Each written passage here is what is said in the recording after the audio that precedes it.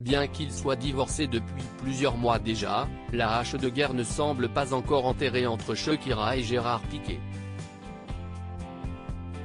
Invitée de Jimmy Fallon, vendredi 10 mars, la chanteuse a notamment évoqué l'année difficile qu'elle avait passée. L'année 2022 a été particulièrement éprouvante pour Shakira. Après avoir été accusée de fraude fiscale, la belle colombienne a mis fin à 12 ans de relation avec le footballeur Gérard Piqué. En juin dernier, le couple a en effet annoncé son divorce, et le moins que l'on puisse dire, si est que la séparation ne s'est pas faite dans la douceur.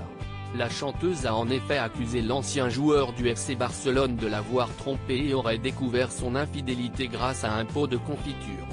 Depuis, les deux ex se livrent une guerre sans merci et la maman de Milan et Sacha règle désormais ses comptes en chanson. De son côté, Gérard Piqué a refait sa vie avec Clara Chia, une jeune femme de 23 ans. L'interprète de Waka Waka, elle, se concentre davantage sur sa carrière et sur ses enfants avec lesquels elle s'est installée à Miami. Une nouvelle vie donc pour Shakira qui se remet doucement mais sûrement des différentes épreuves qu'elle a endurées ces derniers mois.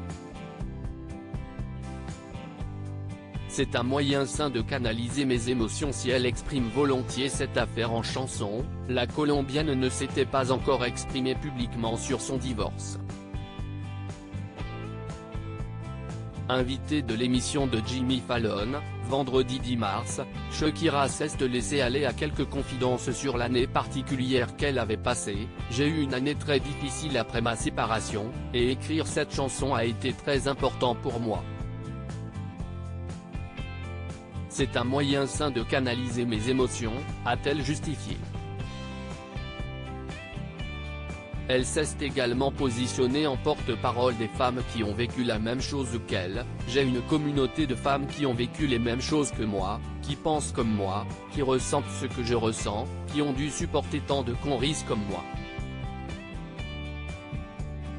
J'ai écrit cette chanson pour moi, mais j'ai aussi le sentiment qu'elle était destinée à tant de femmes qui avaient besoin d'une tribune et d'une voix pour les représenter à bien des égards. Quelque chose nous dit que toute cette histoire n'est pas encore finie.